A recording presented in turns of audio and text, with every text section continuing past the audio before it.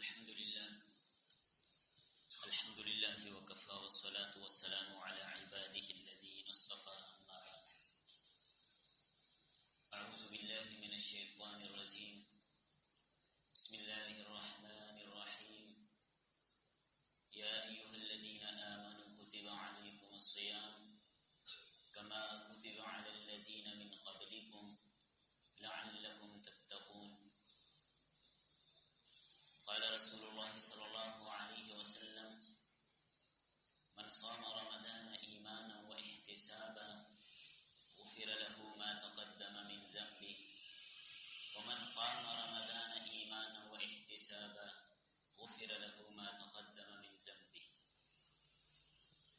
صدق الله مولانا العظيم. اللهم صل وسلم على سيدنا محمد وعلى آل سيدنا محمد وبارك وسلم.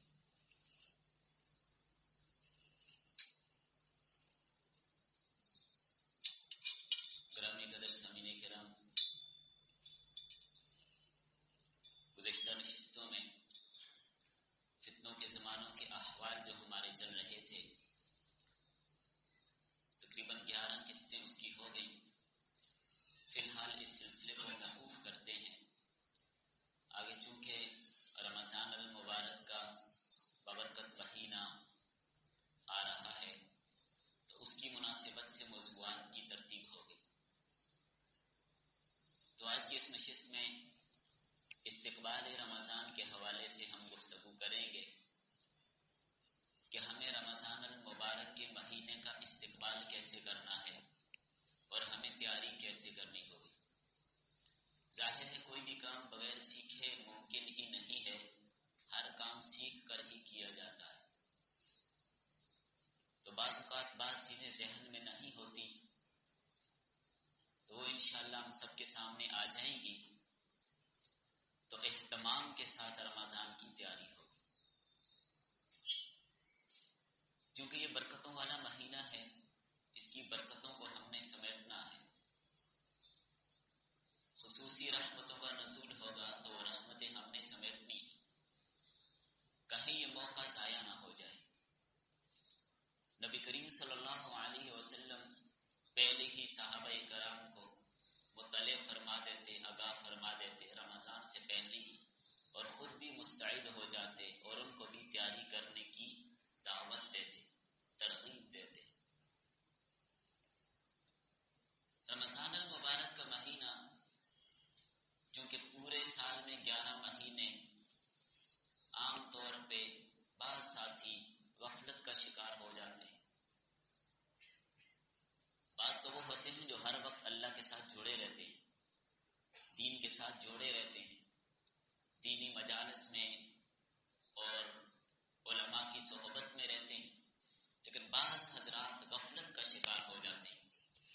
تو یہ مہینہ ایک بار پھر آ کر انسان کو تازہ دم کر دیتا ہے، غفلت دور ہو جاتی ہے، پھر سے دوبارہ چارج ہو جاتا ہے، مستعد ہو جاتا ہے.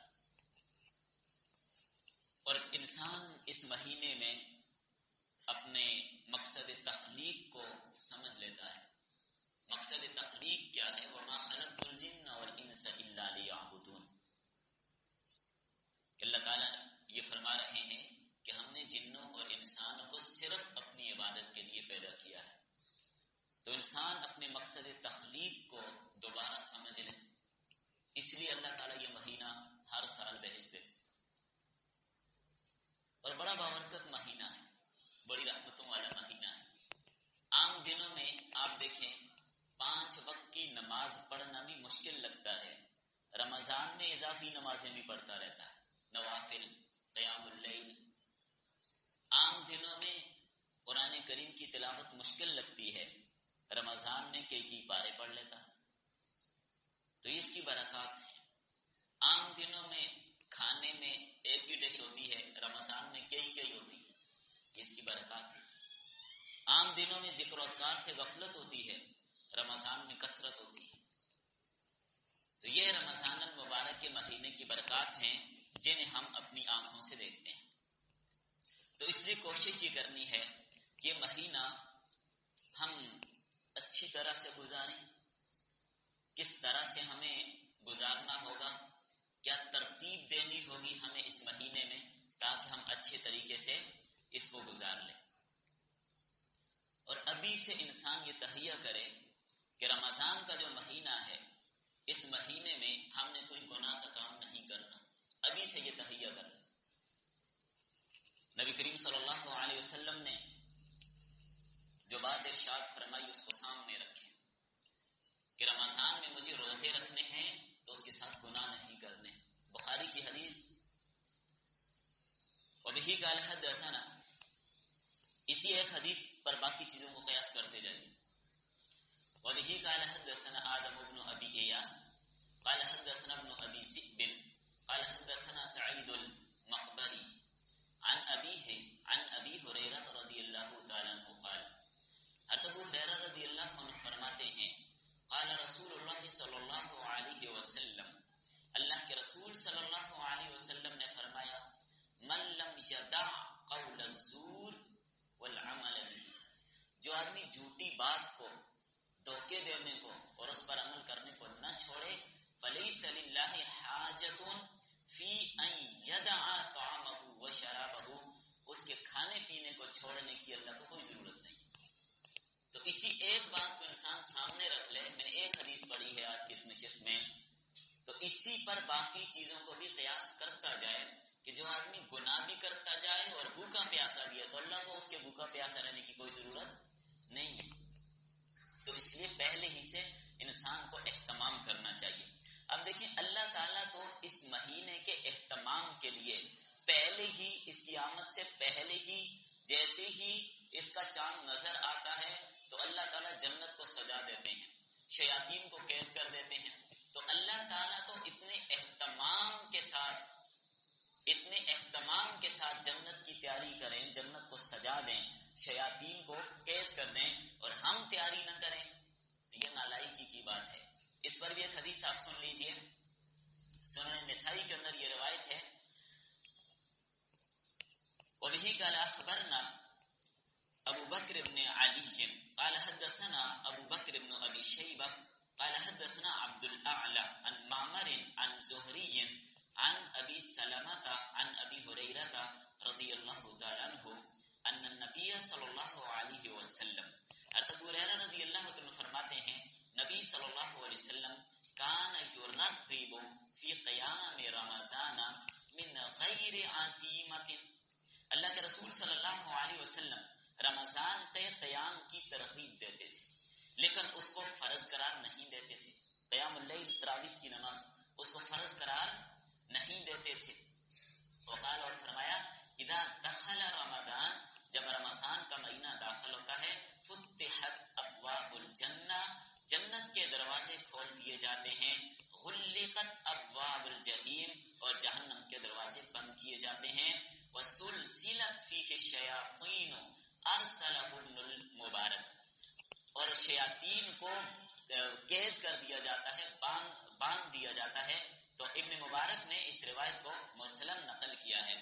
یہ روایت سنن نسائی میں موجود ہے، اور تعداد میں اور بھی بہت ساری روایتیں آگے چل کر اس پر انشاءاللہ بات کریں گے آئندہ نشستوں میں۔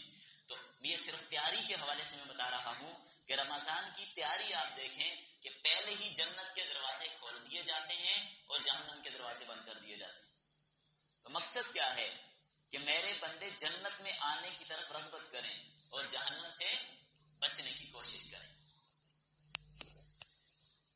اب ان روایات کو سامنے رکھتے ہوئے ہمیں بھی کچھ تیاریاں کرنی ہوگی۔ ایک تیاری تو دنیاوی اعتبار سے ہے اور ایک دینی اعتبار سے ہے۔ دنیاوی اعتبار سے تیاری، رمضان المبارک کے مہینے کے لیے ابھی سے جو راشن وغیرہ لینا ہے وہ پہلے ہی لے لیجیے، پہلے ہی اس کا اہتمام کر لیجیے۔ بعض چیزیں تو وہ ہوتی ہیں جو روزانہ کے حساب سے لانی ہوتی، 2-3 دن بعد، ہفتے بعد، لیکن بعض چیزیں ایسی ہوتی ہیں کہ آپ مہینے کے حساب سے وہ لے لیجیے، جیسے آٹا ہے، دالیں ہیں، چاول، گھی وغیرہ، یہ چیزیں پہلے لے لیجیے تاکہ بعد میں وقت بازاروں میں نہ گزرے، بعد میں وقت ضائع نہ ہو، بعد میں زیادہ وقت قرآن کو ملے، عبادات کو ملے، دینی کتب کے مطالعہ کو ملے۔ اس پر آگے انشاءاللہ بات کرتے ہیں۔ تو یہ پہلے ہی ترتیب بنا لیجیے۔ پھر اسی طرح اس کے ساتھ عید کی جو شاپنگ ہے وہ بھی پہلے کر لیجئے، رمضان سے پہلے ہی کر لیجئے۔ اب اس میں دو فائدے ہوں گے، کئی فائدے ہیں جو موٹے فائدے میں عرض کروں۔ ایک تو یہ ہے کہ رمضان المبارک کے مہینے کے لیے آپ کے پاس وقت بچ جائے گا، وقت ضائع نہیں ہوگا، ورنہ پتہ نہیں کئی بار بازار جانا پڑے گا رمضان میں، اور پھر رمضان میں رش بھی بہت زیادہ ہوتا ہے، رش بھی بہت زیادہ ہوتا ہے۔ جب رش بھی زیادہ ہے تو وقت اور زیادہ لگے گا، مشکلات اور زیادہ ہوں گی، تنگی ہوگی، روزے کی حالت میں دقت ہوگی۔ اور دوسرا فائدہ، ابھی اگر لے لیں گے چیز سستی مل جائے گی۔ جب رمضان میں ایک چیز آپ عید کے لیے لے رہے ہیں، چاند رات کے لیے آپ نے اس کو چھوڑا ہوا ہے، یا 20 کے بعد آپ لے رہے ہیں، آپ اس کا ریٹ آپ خود سمجھتے ہیں کہاں پہ ہوگا، اس کا ریٹ بڑھ گیا، تو آپ پہلے سے ہی لے لیجئے تو چیز بھی آپ کو سستی ملے گی، اور آپ رش سے بھی بچ جائیں گے، اور وقت بھی آپ کا بچ جائے گا۔ تو اس لیے پہلے ہی سے یہ تیاری کر لیں۔ گھر میں خواتین جو گھروں کا کام کاج ہوتا ہے، صفائی وغیرہ کا، وہ پہلے سے ہی، جو لمبی چوڑی بڑی صفائی ہوتی ہے پورے گھر کی، وہ پہلے سے ہی کر لیں۔ باقی تو معمول کے مطابق روزانہ کی ترتیب ہوتی ہے، وہ پہلے سے ہی کر لیں۔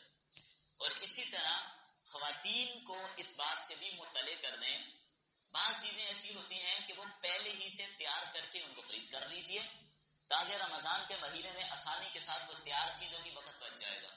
کوئی کاٹنے والی چیزیں ہیں، پیسٹ بنانے والی چیزیں ہیں، کوئی رول سموسے بنانے ہیں، یہ ساری چیزیں پہلے تیار کر کے رکھ لیں، تاکہ بعد میں وقت بچ جائے اور سارا ٹائم پورا دن، خصوصاً عصر کے بعد کے جو قیمتی لمحات ہیں، وہ کچن میں نہ گزریں۔ ہاں ٹھیک ہے، یہ الگ بات ہے، خواتین گھر والوں کے لیے افطاری اور کھانا بنائیں گی، سحری بنائے گی، اس پر بھی ان کو ثواب مل رہا ہے، اس پر بھی ان کو اجر مل رہا ہے۔ افطاری وہ کریں گے، سحری وہ کریں گے، ثواب ان کو بھی ملے گا۔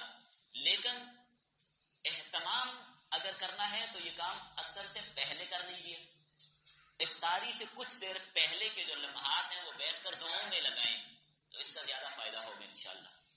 یا بناتے وقت بھی یہ عادت بنا لیں کہ ساتھ ساتھ دل میں، زبان پہ ذکر جاری رہے، اللہ کے ذکر میں لگے رہیں۔ کھانا تو ہاتھ سے بنا رہے ہیں نا، باقی کام کاج تو ہاتھ سے ہو رہے ہیں، تو دل میں ذکر، زبان سے ذکر، تو ساتھ ہی یہ مجلس ذکر بھی ہے اور ساتھ ہی مجلس طعام بھی ہے، سارا کچھ ہی ہو رہا ہے۔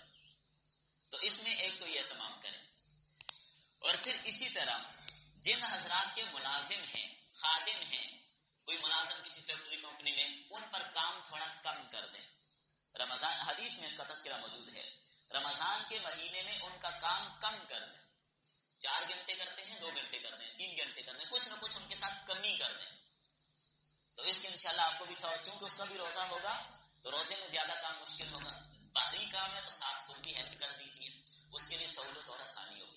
اسی طرح گھر میں کام کاج کرنے والی خواتین رکھی ہوئی ہیں، کپڑے دھونے والی، صفائی والی، کوئی بھی، ان کے کام میں بھی تھوڑی ڈیوٹی ٹائموں میں کمی کر دیں، تھوڑے بوجھ میں ان پر کمی کر دیں۔ اس طرح گھر کی جو خواتین ہیں ان کے کام میں بھی تھوڑی کمی کر دیں، افطاری میں بجائے 10 15 ڈشوں کے 1 2 پر اکتفا کر لیں۔ تو یہ ابھی سے یاد رکھیں، کسی بھی کام کے لیے پلاننگ اور منصوبہ بندی پہلے سے اگر کریں گے تو اس میں آسانی ہوگی، بعد میں مشکل ہوگی۔ ہفتے کا شیڈول بنا لیا، یہ آگے چل کر اس کا تذکرہ کرتے ہیں، تو منصوبہ بندی اور ابھی سے ذہن سازی، روزہ رکھنے کے لیے ابھی سے ذہن سازی، اپنے ذہن کو مطمئن کریں کہ روزہ رکھنا بڑا آسان ہے، اپنے اوپر سوار نہ کیا کریں کسی بات کو بڑا مشکل ہے، نہیں، ہر کام ہی آسان ہے۔ جب ہم اپنے اوپر کسی چیز کو سوار کر دیں تو بڑا مشکل ہے، پھر مشکل ہی لگتا ہے، جب کہنا بالکل آسان ہے، کچھ بھی نہیں، وہ آسان ہے، تو ذہن پر مت سوار کرنے کے مشکل، بھائی روزہ رکھنا کتنا مشکل ہے، چھوٹے چھوٹے بچے رکھتے ہیں، 7 8 سال کے بچے، آپ نہیں دیکھتے روزہ رکھتے ہیں، 7 8 سال کے بچے روزہ نہیں رکھتے، تو ہم بڑے بڑے جوان آدمیوں کو تو نہیں، بڑا مشکل ہے۔ ذہن سازی اپنی پہلے سے کرے کہ ہم نے رمضان میں کثرت کے ساتھ عبادت کرنی ہے، کوئی مشکل نہیں، 1 مہینہ اللہ کی عبادت میں لگائیں گے، تو یہ پہلے سے منصوبہ بندی۔ اسی طرح فرصت کے اوقات کو تھوڑا بڑھا دیں، اپنے کاموں میں بھی کمی کر دیں، ڈپٹی کے جو اوقات ہیں، جو کام کاج آپ کر رہے ہیں، فیکٹری میں ہیں یا کوئی بھی کام آپ کر رہے ہیں، کوئی بھی ملازمت آپ کر رہے ہیں، کاموں میں کمی کر لیجئے، دکان کو ٹائم دیتے ہیں تھوڑا سا کم کر لیجئے، تاکہ کچھ وقت آپ عبادت کے لیے مزید نکال لیں، کیونکہ رمضان کا مہینہ ہے۔ اور اس میں ایک اور چیز، بعض سرکاری ملازمین ہوتے ہیں ان کو سالانہ چھٹیاں ملتی ہیں، کچھ سالانہ چھٹیاں ہوتی ہیں 20 15 25 مختلف سرکاری ملازمین مختلف جو شعبہ جات ہوتے ہیں ان کو چھٹیاں جو ملتی ہیں. اب بعض لوگوں نے چھٹیاں رکھی ہوتی ہیں جی ہم بری جائیں گے سیر کے لیے گرمیوں میں، بعض لوگ کہتے ہیں چھٹیاں ہم تب کریں گے جی گھومنے پھرنے جائیں گے، فلاں جگہ جائیں گے، شادیوں کریں گے. بھئی یہ چھٹیاں جو سالانہ گورنمنٹ کی طرف سے سرکاری ملازمین کو ملتی ہیں، ان میں ذہن سازی اپنی یہ کریں کہ ہم یہ چھٹیاں رمضان میں دیا کریں گے اور یہ وقت عبادت میں لگائیں گے، ذکر و اذکار میں لگائیں گے، تلاوت میں لگائیں گے، دین سیکھنے میں لگائیں گے. تو یہ یعنی کوئی بھی کام ذہن سازی کے بغیر یا پہلے سے منصوبہ بندی اور پلاننگ کے بغیر نہیں ہوتی. تو اس لیے ان چیزوں میں بھی ہم یہ منصوبہ بندی یا پلاننگ کیا کریں تاکہ ہمارے لیے آسانی ہو جائے. مساجد کی انتظامیہ، ان کے ساتھ جتنے بھی محلے دار ہیں وہ سب تعاون کریں، ساتھ دیں. مسجد کی صفائی مجموعی طور پر مکمل صفائی میں سب مل کر اس میں حصہ ڈالیں کہ چلو بھائی سال میں ایک بار، ویسے تو مسجد کے خادم صفائی میں لگے رہتے ہیں، یہ ثواب صرف وہی لیتے ہیں، سال میں ایک بار ہم بھی اس میں کچھ نہ کچھ حصہ ڈال لیں. ہم مل کر ساری مسجد کی صفائی کریں، قالینیں دریاں وغیرہ جھاڑ لیں، دیواریں جالیں شالیں سب کچھ مکمل صاف کر دیں اور پورے اہتمام کے ساتھ، چونکہ برکت والا مہینہ آ رہا ہے پہلے سے یہ تمام کریں. پھر چونکہ نمازیوں کی کثرت ہو جاتی ہے، اس کے لیے جو باقی اہتمام ہوتا ہے وہ ساری چیز دیکھی جائے، پانی وغیرہ، باقی سپیکر وغیرہ کا انتظام، کوئی چیز گڑبڑ نہ ہو، خرابی نہ ہو، کسی کو کوئی اذیت تکلیف نہ ہو، پہلے سے یہ ساری پلاننگ کر لی جائے. انٹرنیٹ کے استعمال میں تھوڑی کمی کی جائے، ضرورت کے مطابق جو کام کرنا ہے. آپ ضرور واٹس ایپ استعمال کرنی ہے، آپ نے کوئی پوسٹ کرنی ہے، کوئی دینی پروگرام لوگوں کو دینا ہے، وہ آپ بس ضرورت کے مطابق کیجئے، دینی کام کیجئے. اس پر فضول یہ نہیں ہے کہ بس فیس بک کھولیے، کھل گئی ہے بس کھولنے چلو گے. تو اس میں کمی کیجئے اور اس کے ساتھ ساتھ اپنے کاموں کو منظم کیجئے. اپنے کاموں کو منظم کیجئے. جب تک کوئی کام منظم نہیں ہوگا وہ نہیں ہوگا. منظم کریں اپنے کاموں کو. گھر میں ہم نے مثال کے طور پر آج سحری میں کیا بنانا ہے، افطاری میں کیا بنانا ہے. اب افطاری کا وقت ہوا، اب سوچنے لگے کیا بنائیں. سحری گوشت کے بس آنکھیں ملیں ساتھ سوچیں کیا بنائیں. بھائی پہلے ترتیب بنائیں کہ آج ہم نے کیا بنانا ہے. مشاورت پہلے کر لیں، خواتین آپس میں طے کر لیں، مرد ان کی ذمہ داری ڈالیں، بھائی جو آپ طے کر لیں، جو لانا ہے پہلے سے بتا دیجیے. پہلے سے اپنے نظام کو منظم رکھیں، پھر آپ کو سہولت ہوگی. کوئی بھی کام اس کو منظم طریقے سے کریں اور اپنا ایک نظام الاوقات بنا لیں. یہ تو سارا سال ہی مجھے رمضان کے مہینے کے لیے نظام الاوقات، کون سا وقت نمازوں کا ہے، یہ نمازوں کے اوقات معلوم ہونے چاہیے. جامعہ رشید نے ایک ایپ بنائی ہے، اس میں نمازوں کے سارے اوقات آپ کو مل جائیں گے، وہ آپ ڈاؤن لوڈ کر سکتے ہیں. تو اس میں کوئی بھی نماز کا وقت ہے آپ کے سامنے ہوگا، کہاں سے کہاں تک رہتا ہے، یا یہ کیلنڈر مساجد کے بنے ہوئے وہ آپ لے لیجیے اپنے پاس رکھیے. تو نظام الاوقات میں یہ سارے اپنے پاس ایک ترتیب رکھیں. آپ نے کس وقت تلاوت کرنی ہے، کس وقت ذکر کرنا ہے، کس وقت گھر میں خواتین نے افطاری کرنی ہے، کس وقت یہ چیز لانی ہے. ہر ایک چیز کو پہلے سے شیڈول طے کر لیں تاکہ آپ کے لیے کوئی مشکل نہ ہو. پھر کوئی مشکل نہیں ہوگی، ورنہ بندہ سوچتا رہے گا ہم کیا کریں اور کیا نہیں کریں. نظام الاوقات کے ساتھ کوئی بھی کام کریں گے اس میں کوئی دشواری اور کوئی بھی مشکل نہیں ہوگی. کتنے بارے ہم نے پڑھنے ہیں، کس نماز کے بعد پڑھنے ہیں، کس کے بعد کس ٹائم بیٹھ کر ہم نے ذکر و اذکار کرنا ہے، غور و فکر کرنا ہے، تدبر کرنا ہے، کس ٹائم ہم نے درود پاک پڑھنے. ترتیب بنا لیں اپنی، پہلے سے نظام الاوقات منظم کریں. پھر قرآن کریم کی تلاوت کثرت کے ساتھ کریں، جتنا زیادہ موقع ملے زیادہ تلاوت کریں. اور اس کے ساتھ ساتھ صرف تلاوت ہی نہ کریں بلکہ قرآن کو سیکھیں بھی، ترجمے کے ساتھ سیکھیں، تفسیر کے ساتھ سیکھیں، مستند علماء کی تفسیر کا مطالعہ کریں، مستند علماء کے پاس بیٹھ کر قرآن کو سیکھنے کی کوشش کریں تاکہ یہ قرآن ہم سے کیا کہتے ہیں، اللہ کا پیغام، بندوں کے نام کیا ہے، اللہ کیا کہنا چاہتے ہیں یہ ہمیں پتہ چلے. اور جو حضرات غلط پڑھتے ہیں، جیسے بچپن میں پڑھا، جیسے پڑھ دیا بس ایسے ہی پڑھ رہے ہیں، وہ وہاں پر کوئی صفات لازمہ یا خاص یا کیا کہتے ہیں عارضہ یا کوئی چیز کسی بارے میں کوئی پرواہ نہیں ہے، اس کی درستگی کیجیے. کم از کم صفات لازمہ ان کو ٹھیک کیجیے، ان کی غلطیاں نہیں ہونی چاہیے، ورنہ معانی اور مفہوم کہیں سے کہیں پہنچ جائے گا. کون سے حروف ہم نے موٹے پڑھنے ہیں، کون سے باریک پڑھنے ہیں، کون سے حروف کہاں سے ادا ہوتے ہیں. کم از کم ہر مسجد میں علماء قراء حضرات موجود ہوتے ہیں، بیٹھ کر تھوڑا نورانی قاعدہ ہی پڑھ لیجئے اور ساتھ ایک پارہ پڑھ لیجئے تاکہ سارا قرآن ہم ٹھیک پڑھیں. غلط پڑھیں گے تو تلاوت کرنے کا کیا فائدہ ہوگا. غلطیوں کو درست کیجئے. عام طور پر بہت زیادہ لوگ غلطیاں کرتے ہیں، خصوصاً اذان میں. اذان دینے کا شوق تو ہمیں بہت زیادہ ہوتے ہیں، صرف اذان میں 60 سے زیادہ غلطیاں ہم لوگ کرتے ہیں، 60 سے زیادہ.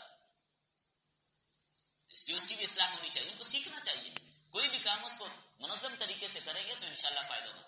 اور اسی طرح 15ویں چیز، صدقے کی عادت ڈالیں ابھی سے، اور پھر اس کے ساتھ ساتھ بچوں کے ہاتھ سے صدقہ دلوائیں تاکہ بچوں میں بخل اور کنجوسی پیدا نہ ہو، ان کو بڑے ہو کر بھی عادت بنے۔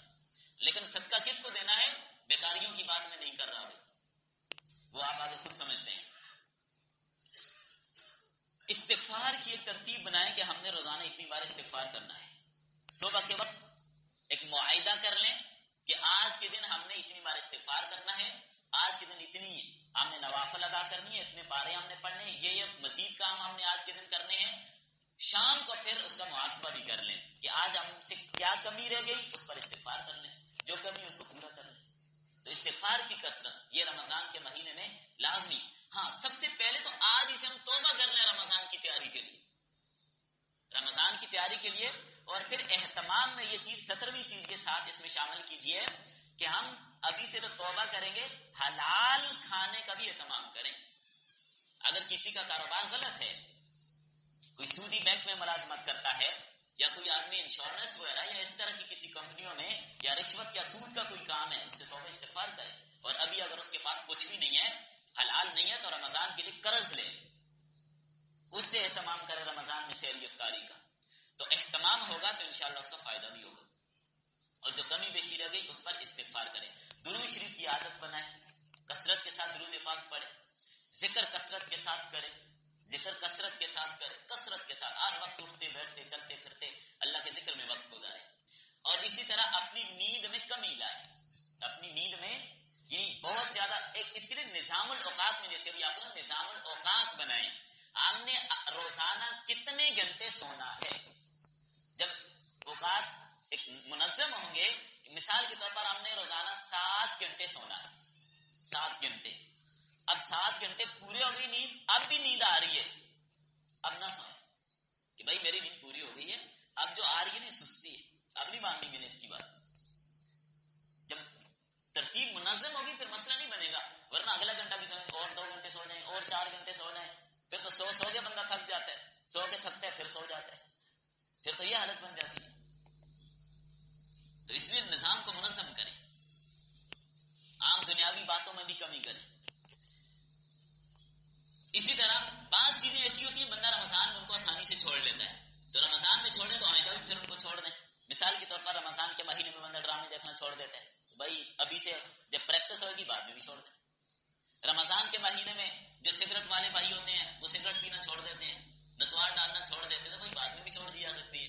اب دیکھیں نا، یہ اس بات کی دلیل ہے کہ یہ چیز چھوڑی جا سکتی ہے، کہ او نہیں یہ مشکل ہے نہیں چھوڑ سکتے، غلط بات ہے، کون نہیں چھوڑ سکتا، چھوڑ سکتے ہیں۔ لوگوں نے ہمت کی چاند پہ پہنچ گئے، ہم نسوار نہیں چھوڑ سکتے، یہ کیسے ہوا؟ کوئی مشکل نہیں ہے، دن بھر آپ نے چھوڑی ہوئی تو بھائی رات کو بھی چھوڑ دیں، 2-4 دن مشکل گزریں گے، آگے چھوڑ دیں، سگریٹ چھوڑ دیں۔ یہ ظاہر ہے یہ جو سگریٹ ہے، سگریٹ نسوار، یہ انسان کی صحت کے لیے سخت مضر ترین چیز ہے، ان سے بچنا چاہیے۔ اور پھر نیت کی اصلاح، اس پر میں زیادہ بات لمبی نہیں کروں گا، نیت درست کر لیں کہ ہم نے روزے کس کے لیے رکھنے، اپنی نیت ٹھیک ہو۔ اور پھر اسی طرح رمضان کی تیاری کے حوالے سے اپنے دل کو فارغ کر دیں، کس کے لیے؟ اللہ کی یاد کے لیے، بس دل میں اللہ کی یاد ہو، اپنے دل کو فارغ کر دیں۔ اور اس کے ساتھ ساتھ مسائل روزے کے مسائل کیا ہیں ان کو بھی سیکھنے کی عادت ڈالیے، یہ بھی رمضان کی تیاری میں داخل ہے۔ کن چیزوں سے روزہ ٹوٹتا ہے، کن سے نہیں ٹوٹتا، کون سی باتیں جن سے روزہ مکروہ ہو جاتا ہے، کون سی چیزیں جن میں صرف قضا لازم ہوگی، کون سی چیزیں جن روزہ توڑا تو کفارہ بھی لازم ہوگا۔ اسی طرح سحری کے مسائل کیا ہیں، افطاری کے مسائل کیا ہیں، روزے کی نیت کے مسائل کیا ہیں، کب سے نیت کریں گے، روزہ ہوگا کب سے نہیں ہوگا، یہ ساری چیزیں سیکھنے والی ہیں۔ تراویح کے مسائل بہت لمبے ہیں، بہت زیادہ مسائل ہیں، تراویح کے مسائل سیکھیے، کہاں پر غلطی ہوگی تو سجدہ سہو آئے گا، کہاں نہیں آئے گا، کیا ترتیب ہوگی، اور کب تراویح کی نماز میں ہم شریک ہو سکتے ہیں، فرض ابھی عشاء کے نہیں پڑے تو تراویح میں شریک ہو سکتے ہیں نہیں ہو سکتے، یہ ساری مسائل سیکھنے کے ہیں۔ پھر صدقہ فطر کے مسائل ہیں، اور اسی طرح زکوٰۃ کے مسائل، کوشش کریں گے ان پر بھی انشاءاللہ آگے بات ہماری ہو جائے، تاکہ مقصد ہمارا یہ ہم کچھ سیکھ لیں، یہ ہمارا مقصد ہونا چاہیے۔ تو روزے کے مسائل کو سیکھنا اور اس سے متعلقہ مسائل کو سیکھنا، اسی طرح دعائیں سیکھنا، رمضان کے مہینے میں کثرت کے ساتھ دعائیں کرنا یہ ایک الگ عمل ہے، اور دعاؤں کو سیکھنا یہ ایک الگ عمل ہے۔ کم از کم حزب الاعظم شیخ ملا نکاری رحم اللہ کی لے لیجئے، حسن حسین لے لیجئے، حسن المسلم لے لیجئے، اور ان سب میں بہترین جو سب کا مجموعہ ہے وہ مناجات مقبول ہے، وہ ہر آدمی کے پاس ہونی چاہیے۔ مناجات مقبول، بڑے بڑے شیوخ حضرت مفتی شفیع رحمۃ اللہ علیہ اور آج کے زمانے میں حضرت مفتی تقی عثمانی اور بڑے حضرات جتنے بھی ہیں وہ اپنے مریدین کو یہ کتاب پڑھنے کا حکم دیتے ہیں، ترغیب دیتے ہیں، اور بڑی آسانی، صحابہ کرام سے جتنی دعائیں منقول ہیں، تابعین سے جتنی دعائیں منقول ہیں، نبی صلی اللہ علیہ وسلم سے جتنی دعائیں منقول ہیں، وہ ساری دعائیں اس میں جمع کر دی۔ آپ کو دائیں بائیں جانے کی ضرورت ہی نہیں ہے، ساری دعائیں جمع، اور ساری دعائیں بندے کے لیے روزانہ پڑھنا مشکل ہوتا ہے۔ اب اس میں ترتیب دے دی کہ 7 دن ہوتے ہیں ہفتے میں، تو آپ نے جمعے کو کیا کیا دعائیں پڑھنی ہے، ہفتے کو کیا کیا پڑھنی ہے، اتوار کو کیا کیا پڑھنی ہے، تو ایک ہفتے میں بندہ ساری دعاؤں پہ گزر جاتا ہے۔ اتنی کمال کی دعائیں بندہ حیران رہ جاتا ہے۔ ظاہر ہے جو اللہ کے رسول نے خود جن الفاظ سے، جتنے جامع الفاظ سے دعا مانگی ہم مانگ سکتے ہیں، صحابہ کرام نے جامع الفاظ سے دعائیں کی ہم مانگ سکتے ہیں؟ نہیں ہو سکتا۔ تو اس کو پڑھنا نہیں ہے، مانگنا ہے۔ دعا مانگنے کے انداز سے اس کتاب کو دیکھنا ہے، یہ نہیں کہ بس پڑھنے کے انداز سے، مطالعہ نہیں، مانگے، مانگا کیسے جاتا ہے وہ آپ اچھی طرح سمجھتے ہیں۔ تو مناجات مقبول ضرور لے لیجئے سبھی ساتھی، مناجات مقبول عام مل جاتی ہے، اور آپ خود اندازہ لگائیں گے کیا کمال کی کتاب ہے۔ اور خصوصاً جو لوگ عمرے پہ جا رہے ہیں، 7 منزلیں ہیں اس کی، طواف کے ایک چکر میں، ایک شوط میں ایک پڑھ لیں، دوسرے میں دوسری پڑھ لیں، تیسرے میں پھر دیکھنا مزہ کتنا آتا ہے۔ تو اہتمام ہو تو پھر فائدہ ہوتا ہے۔ اور اس کے ساتھ ساتھ مولانا یوسف ندیانوی رحمۃ اللہ علیہ نے اسی کے ساتھ اب وہ چھپتا ہے جتنے بھی درود پاک صحابہ کرام سے یا تابعین سے منقول ہے یا نبی صلی اللہ علیہ وسلم نے خود بتایا حدیث میں بکھرے ہیں، ان سب کو جمع کر دیا۔ ذریعۃ الوصول الی جناب الرسول صلی اللہ علیہ وسلم، یہ بھی لے لیجئے اور درود پاک بھی اس سے پڑھیے۔ اور اس کے ساتھ ساتھ البرکات المکیہ، حضرت شیخ موسیٰ روحانی بازی رحمۃ اللہ علیہ کی کتاب، بہت ہی عجیب مجموعہ ہے درود پاک، آپ پڑھ کے دیکھیں مزہ آ جائے گا۔ البرکات المکیہ عام مل جاتی ہے، وہ بھی لے لیجئے۔ ہاں بلکہ میں یہ عرض کروں، حضرت کی طرف سے یہ ہے کہ جو اس کتاب کی اجازت لے کر پڑھے گا اس کو فائدہ زیادہ ہوگا، اس کو فائدہ زیادہ محسوس ہوگا۔ اور ابھی ان کے بیٹوں سے اس کی اجازت لی جا سکتی ہے۔ میں چونکہ وہ وہیں پہ ہوتے تھے جامعہ اشرفیہ میں، تو ان کے بیٹوں کی طرف سے مجھے اجازت ہے، میں نے ان سے یہ بھی اجازت دی کہ آگے بھی میں جس کو اجازت دے دوں گا بالکل آپ اجازت دے سکتے ہیں۔ تو اب اس کا فائدہ اور زیادہ ہوگا، آپ سب کو اس کی اجازت دی جاتی ہے کہ البرکات المکیہ ضرور خریدیے، اور اگر روزانہ نہ ہو تو اب اس کو بھی ہفتے کی ترتیب سے، اس میں ترتیب بنی ہوئی اس کے اندر بھی، ہفتے کی ترتیب سے ایک دن میں ایک منزل، 7 منزلیں آپ پوری کر لیجیے، پھر آپ دیکھیں رمضان کیسے گزرتا ہے۔ اور اسی طرح نماز کو سیکھیں، نماز کے مسائل کو سیکھیں، تکبیر اولیٰ کا اہتمام کریں، اور بخشش سے محروم کرنے والے جو گناہ ہیں خصوصاً ان سے بچیں۔ والدین کی نافرمانی کرنا، قطع تعلقی کرنا، کینہ اور بغض و عداوت رکھنا، شراب پینا، یہ گناہ رمضان میں بھی انسان کو بخشش سے محروم کرتے ہیں۔ تو ان گناہوں سے خصوصی طور ساری گناہوں سے بچنا چاہیے۔ غرباء میں راشن تقسیم کرنے کی عادت ڈالیے، جن کو اللہ نے توفیق دی ہے کچھ نہ کچھ ان کے ساتھ تعاون، کم از کم افطاری کے لیے کچھ دے دیا جائے۔ پھر اسی طرح چاند دیکھنے کا اہتمام، چاند دیکھنے کا اہتمام۔ اب حدیث تو میرے سامنے ہے لیکن ابھی وقت تھوڑا ہے، میں صرف چاہتا ہوں پوائنٹ آپ تک پہنچ جائیں۔ تو نبی صلی اللہ علیہ وسلم کیا فرمایا؟ چاند دیکھ کر روزہ رکھو اور چاند دیکھ کر افطار کرو۔ تو ہر بندہ اپنی طرف سے کچھ نہ کچھ کوشش کرے چاند دیکھنے کی سنت پر بھی عمل ہو جائے، یہ نہیں بس وہ دیکھیں گے، نہیں، ہمیں بھی کوشش تھوڑی سی کرنی چاہیے۔ کاروباری حضرات ذخیرہ اندوزی سے بچیں، اللہ کے رسول نے بڑی سختی کے ساتھ منع کیا، خدا را ذخیرہ اندوزی سے بچیں۔ کیوں اپنی حلال آمدنی کو خراب کرتے ہیں؟ اب اسے جمع کر کے رمضان میں زیادہ مہنگا کر کے بیچیں گے، خدا را جتنے کا ہے اتنے کا ہی بیچیں۔ یہ رمضان برکتوں والا مہینہ ہے، رحمتوں والا مہینہ ہے، آپ ہی رحمتیں اور برکتیں سمیٹیے، آپ ہی رحمتیں اور برکتیں سمیٹیے، لوگوں کی مجبوری سے ناجائز فائدہ نہ اٹھائیے۔ گھر کا مالی بجٹ، یہ رمضان کی تیاری کرو، گھر کا مالی بجٹ پہلے ہی تیار کر لیں کہ ہمارا مالی بجٹ اس مہینے کا تقریباً کتنا ہوگا، جو کمی بیشی ہے پہلے سے ہی اس کو پوری کر لیں، تاکہ پہلے سے ایک اندازہ ہوگا نا تو بعد میں کسی سے قرض نہیں لینا پڑے گا، اس ترتیب کے ساتھ پورا مہینہ گزاریں گے کہ ہم کتنا کر سکتے ہیں روزانہ، اس حساب سے مالی بجٹ پہلے سے ہی ہو جائے۔ باقی کافی ساری چیزیں ہو گئی، میرے خیال میں تقریباً 40 کے قریب یہ جو پوائنٹ تھے میں نے آپ کے سامنے رکھے. تو اللہ تعالیٰ سے دعا ہے اللہ تعالیٰ ہم سب کو عمل کرنے کی توفیق دے. دینی کتابیں گھر میں ضرور رکھیں، دینی کتب کا مطالعہ کریں. دینی کتب جب گھر میں ہوں گی، صحابہ اکرام کی زندگی، حیات الصحابہ ہر ایک کے گھر میں ہونی چاہیے، اس کا مطالعہ کریں. حیات الصحابہ سب رکھیں.